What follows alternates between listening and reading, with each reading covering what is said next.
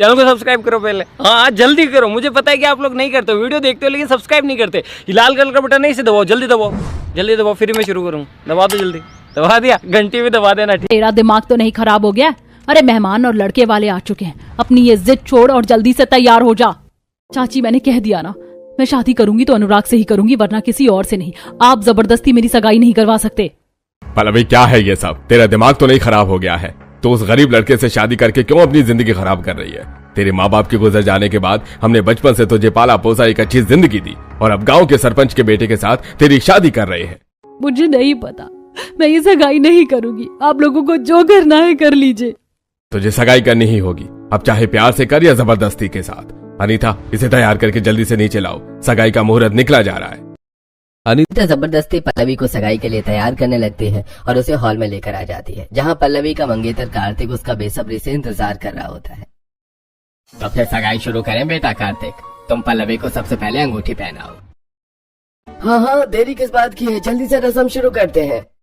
कार्तिक जैसे ही पल्लवी का हाथ पकड़कर उसे अंगूठी पहनाने ही वाला होता है कि तभी पल्लवी अपना हाथ पीछे कर लेती है। ये देख कार्तिक की माँ मेनका। पल्लवी बेटा क्या हुआ, तुमने इस तरह हाथ पीछे क्यों कर लिया? घबरा रही होगी ना, इसीलिए। चलो पल्लवी बेटा हाथ आगे करो। नहीं, मैं घबरा नहीं रही हूँ, मुझे ये सगाई ही नहीं करनी है। मेरे चाचा चाची जबरदस्ती ये सगाई करवा रहे हैं। पल्लवी ये तुम क्या कह रही हो? मैं सच कह रही हूँ कार्तिक, मैं ये सब तुम्हें कब से बताना चाह रही थी, लेकिन इन लोगों ने मेरा फोन भी रख लिया था।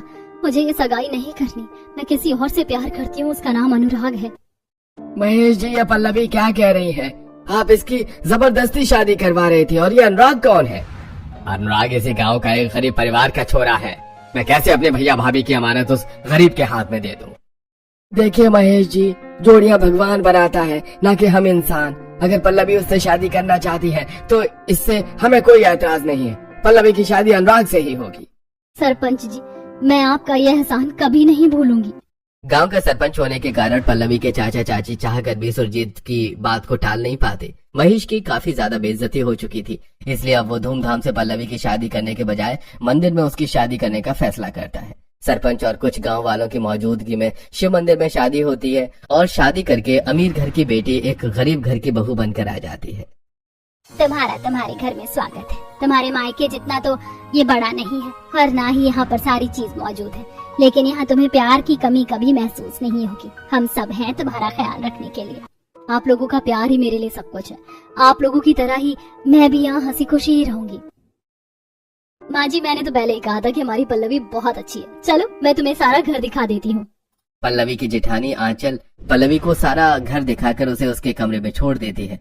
तो वहीं जिस मंदिर में पल्लवी और अनुराग की शादी की थी, वहाँ पर कार्तिक अपने कुछ दोस्तों के साथ बैठकर शराब पी रहा होता है। अरे कार्तिक, ये तूने क्या किया? तूने अपनी होने वाली पत्नी को अनुराग को कैसे दे दिया? अरे तेरी जगह मैं होता तो अनुराग को मार के पल्लवी को हमेशा हमेशा के लिए हासिल कर लेता। अरे गांव में हर कोई तेरा मजाक उड़ा रहा है, कई लोग तो तुझे बुज़दिल कह रहे हैं। अरे लोगों में इतनी हिम्मत कि सरपंच के बेटे को बुज़दिल कहे? पल्लवी, ये तुमने मेरे साथ ठीक नहीं किया। अपने सरपंच बाप की वजह से मैं चुप रहा, लेकिन अब और नहीं। इस अग्नि कुंडी के तुमने 7 फेरे लेकर मुझे किसी को मुंह दिखाने के लायक नहीं छोड़ा ना। अब मैं इसी अग्नि कुंड की कसम खाता हूँ, मैं तुम्हारी जिंदगी को बर्बाद कर दूंगा। अपनी बेइज्जती का बदला मैं लेकर रहूंगा। कार्तिक के दिल में पल्लवी के लिए नफरत भर चुकी थी, और अब वो पल्लवी और उसके ससुराल वालों से बदला लेना चाहता था। पल्लवी भाभी उठ जाइए, सुबह हो गई है। अरे कौन है जो इतनी ठंड में सुबह सुबह डिस्टर्ब कर रहा है? सोने दो मुझे, जरा हीटर भी ऑन कर देना, कमरे में बहुत ठंड है। मैं हूँ आपकी नंद अंजू, और आप अभी अपने मायके में नहीं ससुराल में। चलिए उठ जाइए। अरे अंजू तुम, सॉरी, मुझे लगा शांति है, दरअसल वही सुबह सुबह आकर मुझे उठाती थी। तुम्हें मेरी बात का बुरा तो नहीं लगा ना? मैं नींद में थी, पता नहीं क्या क्या बोल दिया मैंने। अरे नहीं भाभी, समझ सकती हूँ, आप इतने बड़े घर की बेटी हैं, इस छोटे से घर में एडजस्ट होने में समय तो लगेगा ही ना। चलिए अब जल्दी से हाथ मुंह धो लीजिए, मैंने आपके लिए पानी गर्म करके रख दिया है।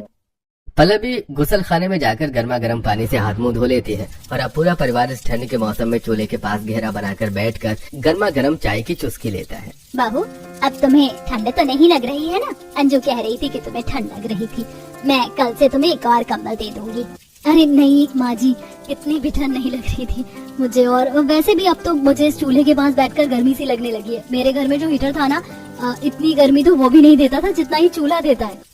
अरे ये चूल्हा है चूल्हा, बड़े से बड़े हीटर को मात दे दे। ये लो तुम ये नमक पारे खाओ, मैंने अपने हाथों से घर पर बनाए हैं। नाश्ता करके सुमित और अनुराग फैक्ट्री के लिए चले जाते हैं और अब आंचल घर में झाड़ू लगा रही होती है तो ये देख पल्लवी। भाभी दिखाइए, मैं झाड़ू लगा लेती हूँ। अभी आप रसोई का काम भी खत्म करके हटी हैं। अरे कोई बात नहीं पल्लवी, तुम बैठो, तुम्हें घर के काम की आदत नहीं होगी। पल्लवी की जेठानी आंचल उसे घर के काम करने से मना कर देती है तो वहीं पल्लवी पूरा दिन बैठे बैठे बोर होने लगती है। पल्लवी के बार बार जिद करने पर शारदा उसे घर के छोटे मोटे काम ही दिया करती थी। तो वहीं पल्लवी धीरे धीरे करके अपने गरीब ससुराल में भी एडजस्ट हो रही थी। इसी तरह कुछ दिन गुजर जाते हैं और आज पल्लवी अपनी जेठानी के साथ चूल्हा जलाने के लिए लकड़ियां लेने जंगल जाती है। आसपास से ढेर सारी सूखी लकड़ियां चुनकर इकट्ठा करने लगती है, जिसमें पल्लवी भी उसकी मदद करती है। भाभी हमने तो काफी सारी लकड़ियां चुन ली हैं, अब तो ये हफ्ता भर चलेंगी ना? अरे 2 दिन चल जाएं वही काफी है। ठंड इतनी है कि 24 घंटे चूल्हा जलाकर रखना पड़ता है और लकड़ी ऐसे खत्म होती है कि पूछो मत। चलो घर चलते, शाम होने को आई है, ओस गिरनी शुरू हो जाएगी। देवरानी जेठानी लकड़ियां लेकर अब जंगल के रास्ते से निकलने लगती हैं कि तभी पल्लवी की नजर 2 खरगोश पर जाती है जो पेड़ के नीचे मिट्टी खोदकर उसके अंदर आराम से बैठे होते हैं। भाभी ये खरगोश कितने ज्यादा प्यारे लग रहे हैं ना, लेकिन ये इस तरह क्यों बैठे हैं? ये तो हमेशा उछलते कूदते हैं। अरे पल्लवी, ठंड शुरू हो चुकी है ना, और इन्हें भी तो ठंड लगती होगी, इसीलिए मिट्टी खोदकर उसमें बैठ जाते हैं। तुम कभी दिन में आना, तुमने तो सिर्फ खरगोश देखे, मैं तुम्हें और भी छोटे छोटे जानवर दिखाऊंगी। कुछ ही देर में दोनों देवरानी जेठानी घर आ जाती हैं। ऐसे वक्त गुजरता है और आज अनुराग पल्लवी को सामान खरीदवाने के लिए बाजार लेकर जाता है, जहाँ उसे सबसे पहले अपने मनपसंद ठेले से गर्मा गर्म जलेबी खिलाता है। अरे तो कैसी लगी तुम्हें जलेबियाँ? पता है जलेबियों का स्वाद असली तो ठंड के मौसम में ही आता है। सही कहा आपने, गर्मा गर्म जलेबी खाकर मेरा दिल खुश हो गया। मैं तो एक और प्लेट खाऊंगी। हाँ क्यों नहीं भैया, एक और प्लेट लगा दीजिए जलेबी की। मुझे कभी लगा नहीं था कि तुम इतने बड़े घर की बेटी होकर भी मेरे छोटे से घर में खुश रहोगी। मैं बहुत खुश हूँ कि तुम जैसी लड़की मेरी जिंदगी में आई। अनुराग अपने हाथों से पल्लवी को जलेबी खिलाने लगता है। वहीं उसी वक्त कार्तिक भी उसी बाजार से गुजर रहा होता है और जब वो अनुराग को पल्लवी को अपने हाथों से जलेबी खिलाते हुए देखता है तो मेरी जिंदगी बर्बाद करके यहाँ खुशियाँ मना रही है। बस कुछ दिन और रुक जा, फिर देख मैं क्या क्या करता हूँ। इसी तरह कुछ वक्त और गुजरता है और अब ठंडी बीतते समय के साथ बढ़ने लगी थी। माँ देखो ना, मेरा ये वाला स्वेटर भी फट गया है, ठंड लग रही है, मुझे नया स्वेटर ला दो ना। माँ मेरे भी सारे ठंडी के कपड़े छोटे हो गए हैं। सालों से हम इन्हीं सर्दियों के कपड़ों को तो पहनते आ रहे हैं, छोटे और फटना तो बनता ही था। अगले हफ्ते मेरी तनख्वाह मिलने वाली है, फिर हम सब चलते हैं बाजार। इस बार सबके लिए नए कपड़े सर्दियों में लेंगे। अनुराग बेसब्री से तनख्वाह मिलने का इंतजार कर रहा होता है, लेकिन उसे कहाँ पता था कि तनख्वाह तो दूर उसकी नौकरी पर आ बनी है। अनुराग जिस फैक्ट्री में काम करता था उस फैक्ट्री के मालिक को पैसे खिलाकर कार्तिक अनुराग को काम से निकलवा देता है। इस वक्त फैक्ट्री में इतना काम है तो आप मुझे क्यों निकाल रहे हैं? मुझसे तो कोई गलती भी नहीं हुई है। मुझे और कारीगरों की जरूरत नहीं है, ये ले तेरे 5000 रुपए। एक तो आप मुझे काम से निकाल रहे हैं, ऊपर से आपने मेरी आधी तनख्वाह भी काट ली। अरे कितनी बार लेट भी हुआ है, इस सब के हिसाब से मैंने तेरे आधे पैसे काट लिए हैं। अनुराग उदास होकर 5000 रुपए लेकर घर आता है और जब वो सारी बात पूरे परिवार को बताता है तो परेशान मत होइए, कोई ना कोई नौकरी तो मिल ही जाएगी। और अनुराग बेटा तो तू खुद यहाँ से जल्दी नौकरी छोड़ना चाहता था, तुझे तो शहर जाकर नौकरी करनी थी ना? हाँ बाबा, शहर जाकर नौकरी करनी थी, लेकिन उसके लिए शहर में पहले नौकरी तो मिल जाती। पता नहीं अब क्या होगा। अनुराग की नौकरी छोड़ जाने की वजह से सभी घर में काफी परेशान होते हैं। तो वहीं कार्तिक यहाँ पर भी नहीं रुकता। सुमित फैक्ट्री से घर लौट रहा होता है। कार्तिक कुछ गुंडों को कुछ पैसे देकर बाइक से सुमित का बहुत बुरा एक्सीडेंट करवा देता है और अब सुमित के इलाज के लिए काफी पैसों की जरूरत थी। डॉक्टर साहब, हम इतने पैसे कहाँ से लाएंगे? 50,000 रुपए बहुत ज्यादा है, आप कुछ तो करिए। देखिए, हॉस्पिटल का रूल है, पैसे जमा करवाएं तभी आपके भाई का इलाज हो सकता है। पूरा परिवार पैसों को लेकर काफी ज्यादा परेशान हो रहा था कि तभी वहाँ कार्तिक आता है। आप उनके भाई का इलाज शुरू करिए, मैं पैसे दूंगा। कार्तिक, मेरी वजह से तुम्हारी इतनी बेइज्जती हुई, तुम्हारा दिल टूटा, उसके बावजूद भी तुम मेरी मदद करना चाहते हो। पल्लवी, जो हुआ उसमें तुम्हारा कोई कसूर नहीं था। अगर तुम्हारी जगह मैं होता तो शायद मैं भी यही करता। डॉक्टर साहब, अब जल्दी से इलाज करिए।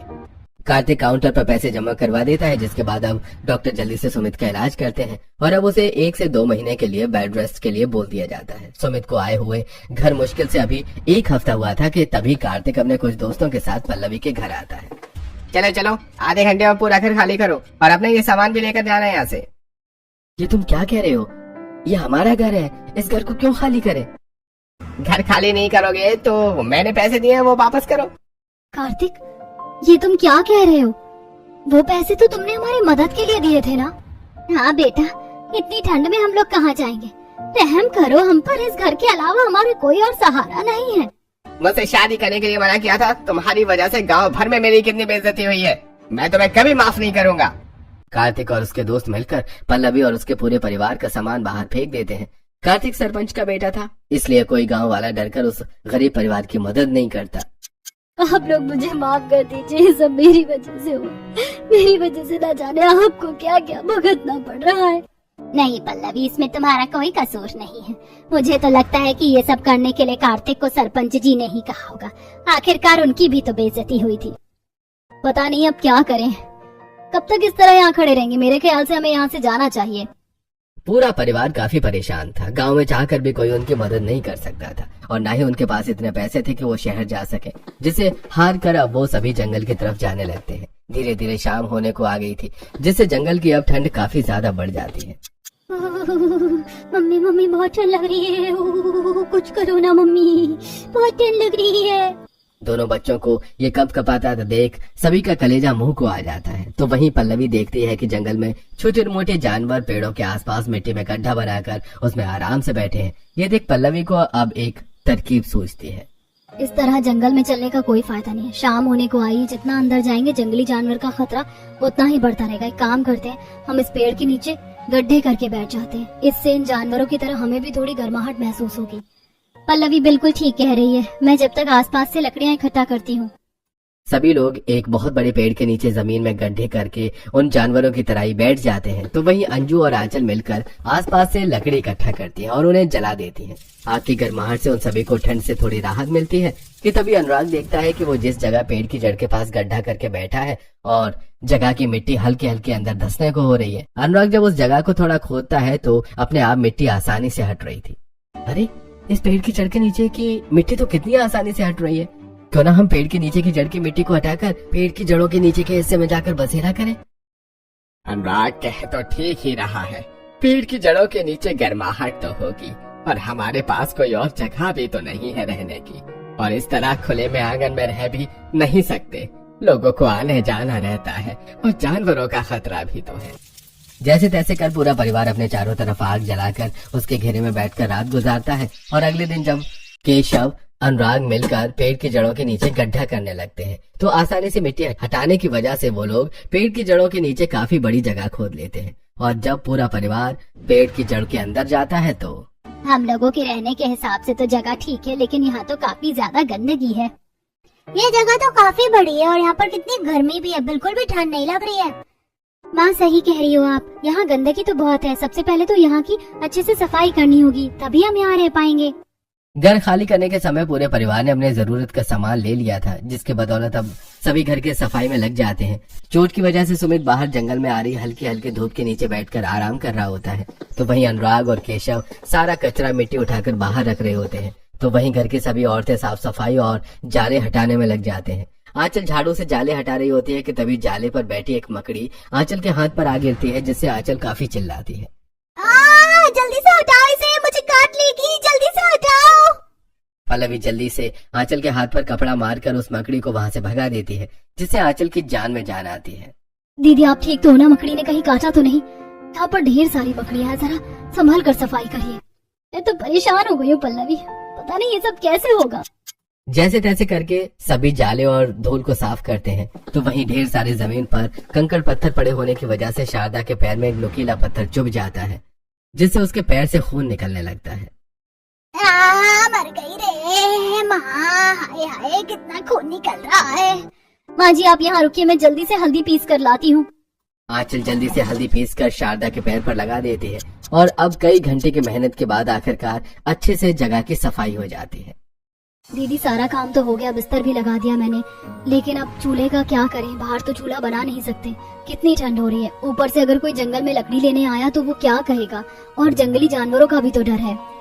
मेरे ख्याल से हमें चूल्हा अंदर ही बना लेना चाहिए, लेकिन इतनी जल्दी तो चूल्हा सूखेगा भी नहीं, और सभी को भूख भी लग रही है। भाभी आप और अंजू मिलकर चूल्हा बना लो, मैं आसपास से ईंट इकट्ठा करके ले आती हूँ। आज हम लोग जैसे तैसे कर ईंट पर खाना बना लेंगे, ये सूखने के बाद फिर उस पर खाना बन जाएगा। आंचल और अंजू अब आसपास से गीली मिट्टी इकट्ठा कर पेड़ की जड़ों के अंदर ही एक छोटा सा मिट्टी का चूल्हा बना लेते हैं। तो वहीं पल्लवी पत्थर और लकड़ियों को इकट्ठा करके उनसे एक ईंट का चूल्हा बना लेती है और खाना बनने के लिए रख देती है। पूरा परिवार अब साथ में बैठकर थोड़े थोड़े दाल चावल खा रहा होता है। अच्छा हुआ कि हमारे पास राशन का थोड़ा बहुत सामान बचा है, वरना हमें तो भूखा ही मरना पड़ता। माँ बाबा आप लोग परेशान मत हो, मैं कोशिश में लगा हुआ हूँ। जैसे ही मुझे कहीं नौकरी मिलती है हमारे हालात ठीक हो जाएंगे।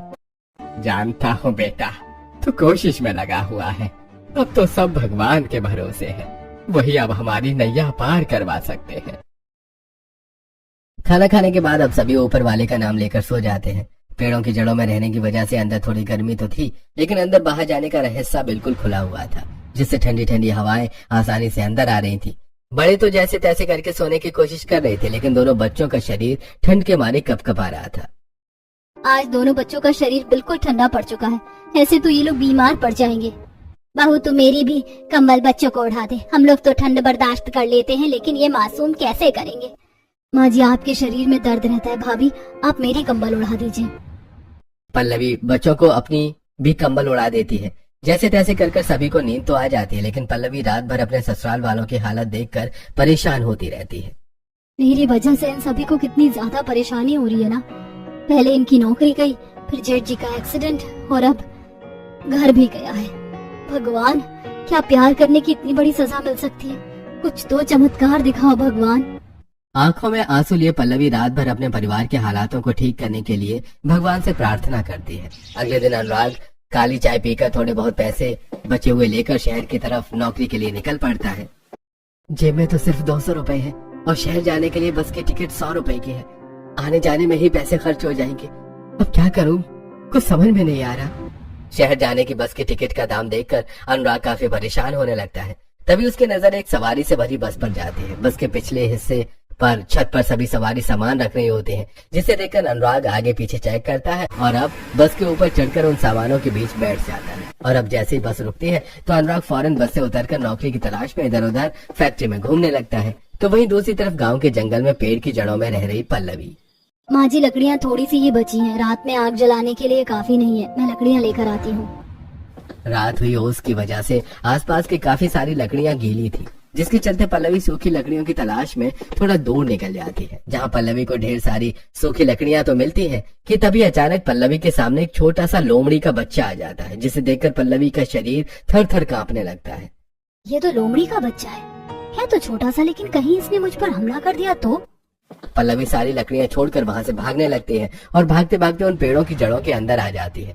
पल्लवी की ऐसी हालत देखकर सभी काफी हैरान थे। अरे पल्लवी बहू क्या हुआ? तू ठीक तो है ना? इस तरह भागते हुए क्यों आई? माँ जी मैं सूखी लकड़ी की तलाश में थोड़ी आगे निकल गई थी, वहाँ मैंने एक लोमड़ी का बच्चा देखा, उसी से बचकर आई हूँ। बहू अब से तुम लकड़ी लेने के लिए नहीं जाओगी, मैं जाऊंगा इस जंगल में, बहुत सारे जानवर हैं, कहीं तुम्हें कुछ हो गया तो। सर छुपाने के लिए इस गरीब परिवार को पेड़ों की जड़ों का सहारा तो मिल गया था, लेकिन आए दिन उन्हें कोई न कोई परेशानी होती ही रहती थी। हे भगवान, एक तो मुट्ठी भर राशन ही बचा है, उसमें भी मैं थोड़ा थोड़ा लेकर खाना बना रही हूँ, और अब इस मकड़ी को भी क्या इस चावल के पतीले में ही गिरना था। भाभी आप परेशान मत हो, देखना सब ठीक हो जाएगा, ये शहर गए हैं ना, सब ठीक कर देंगे। परेशानी जैसे इस परिवार का दामन पकड़ के बैठ चुकी थी। जहाँ एक तरफ पूरा परिवार परेशानी से घिरा हुआ था, तो वहीं दूसरी तरफ कार्तिक अपने दोस्तों के साथ पल्लवी के घर में काफी मौज मस्ती से रह रहा था। ये हुई ना मर्दों वाली बात, तूने तो मेरा दिल जीत लिया। अरे ये तो कुछ भी नहीं है, बस कुछ दिन और रुको, पता नहीं ये लोग कहाँ चले गए हैं। जैसे मिलेंगे एक एक को ऐसा सबक सिखाऊंगा ना कि जीते जी इन्हें नरक दिखेगा। इतना सब करने के बावजूद भी कार्तिक में जरा भी शर्म नहीं बची थी। अब इसी तरह कुछ समय और गुजरता है और अनुराग 1 से 1.5 हफ्ते बाद शहर की फैक्ट्री में काम करके अपनी दिहाड़ी में थोड़े बहुत घर के लिए राशन और सामान लेकर आता है। ये लो पल्लवी, इसमें 2 हफ्ते के लिए जितना राशन है और ये थोड़े पैसे हैं, इसे सबके लिए गर्म कपड़े ले आना। चलो भगवान का शुक्र है आपकी नौकरी तो लगी। अब हाथ मुंह धो लीजिए, मैं चाय बना देती हूँ। पल्लवी अनुराग को चाय देकर राशन वगैरह रखने में लग जाती है, तो वहीं मुंह छुपा कर आंचल और अंजू गांव के बाजार में सबके लिए थोड़े बहुत गर्म कपड़े ले लेते हैं।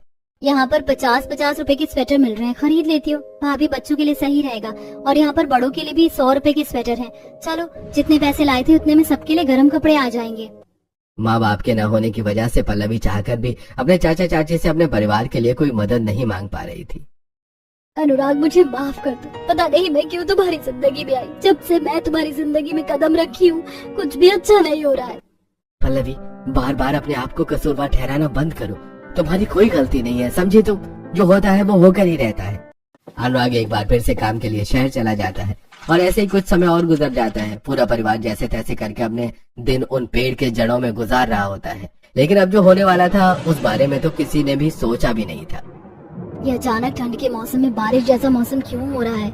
लगता है आज बारिश होने वाली है। अच्छा हुआ हमने लकड़ियाँ पहले से इकट्ठा करके रख ली हैं, बस ज्यादा बारिश ना हो वरना ठंड दुगनी बढ़ जाएगी। वैसे ही हम जंगल में रह रहे हैं। थोड़ी देर में अब आसमान से हल्के हल्के बूंदें गिरने शुरू हो जाती हैं और देखते ही देखते जोरों की बारिश शुरू होने लगती है। ज्यादा तेज बारिश की वजह से बाहर जाने के लिए जो पेड़ की जड़ की जगह थी, अब वहाँ से अंदर की तरफ मिट्टी गिरने लगती है। ये यहाँ इतनी सारी मिट्टी क्यों गिर रही है? वो बाहर बारिश हो रही है ना, इसीलिए। जब बारिश रुक जाएगी तो मैं सारी मिट्टी बाहर फेंक आऊंगी। देखते ही देखते तूफानी बारिश कब शुरू हो जाती है किसी को पता ही नहीं चलता। लगातार मिट्टी गिरने की वजह से अंदर से बाहर जाने के लिए जो रास्ता था अब पूरी तरह से ब्लॉक हो चुका था। मिट्टी इतनी ज्यादा थी कि बार बार हटाने पर भी वो नहीं हट रही थी। ये मिट्टी हट क्यों नहीं रही है? जितना हटा रहे हैं उतनी आ रही है, अब क्या करें? अगर इसी तरह रहा तो हम लोगों का तो यहाँ दम घुट जाएगा। अरे पूरी कोशिश में तो लगा हुआ हूँ मैं, तुम लोग भी कोशिश करते रहो। हे भगवान क्या हो रहा है? एक के बाद एक मुसीबत। अब बस यही दिन देखना रह गया था क्या बाकी? पूरा परिवार मिट्टी हटाने में लगा हुआ था। थोड़ी देर बाद बारिश तो रुक जाती है, लेकिन जो रास्ता मिट्टी से ब्लॉक हो चुका था वो अभी तक बिल्कुल वैसा ही था।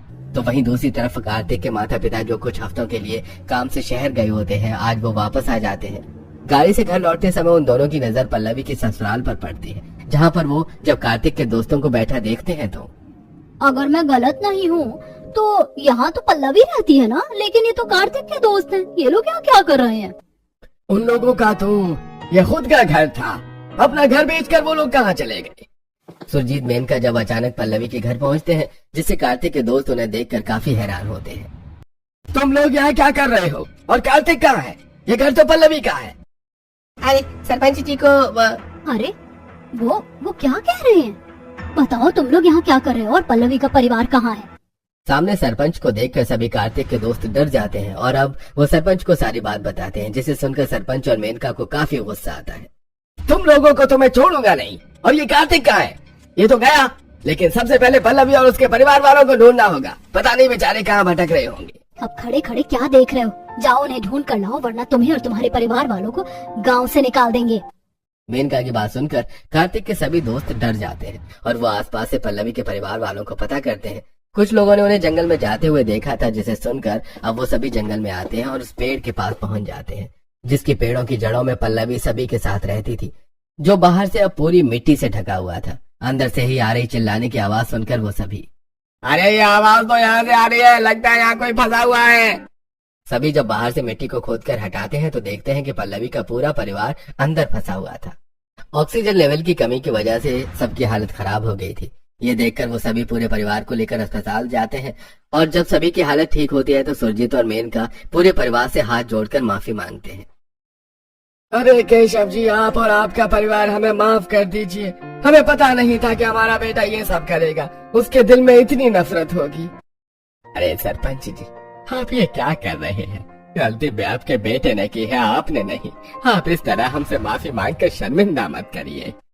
आप लोगों का जो भी नुकसान हुआ है हम उसकी भरपाई करेंगे और कार्तिक को आप लोगों से माफी मांगनी होगी। कार्तिक के आने के बाद सुरजीत और मेनका उसे सबसे माफी मांगने के लिए कहते हैं, जिसे सुन, मैं इन लोगों से माफी नहीं मांगूंगा। गलती इन लोगों की है ना कि मेरी। इसकी वजह से हम लोगों की कितनी बेइज्जती हुई। पल्लवी ने कोई गलती नहीं की थी। उसने सही समय पर हम सभी को सच बता दिया। सरपंच होकर जब मुझे उससे कोई दिक्कत नहीं है तो तू कौन होता है? माफी मांगनी होगी तुझे, वरना जायदाद का हिस्सा तो भूल जा, तुझे कुछ नहीं मिलेगा। जायदाद न मिलने के डर से कार्तिक को न चाहते हुए भी पल्लवी और उसके पूरे परिवार से माफी मांगनी पड़ती है, जिसके बाद सुरजीत कार्तिक को गांव से सीधा अपने शहर वाले घर भेज देते हैं और अब पल्लवी के परिवार का जितना भी नुकसान हुआ था उसकी भरपाई करके उन्हें उनका घर भी लौटा देते हैं, जिसके बाद अब पूरा परिवार दोबारा नए सिरे से अपनी जिंदगी की शुरुआत करता है।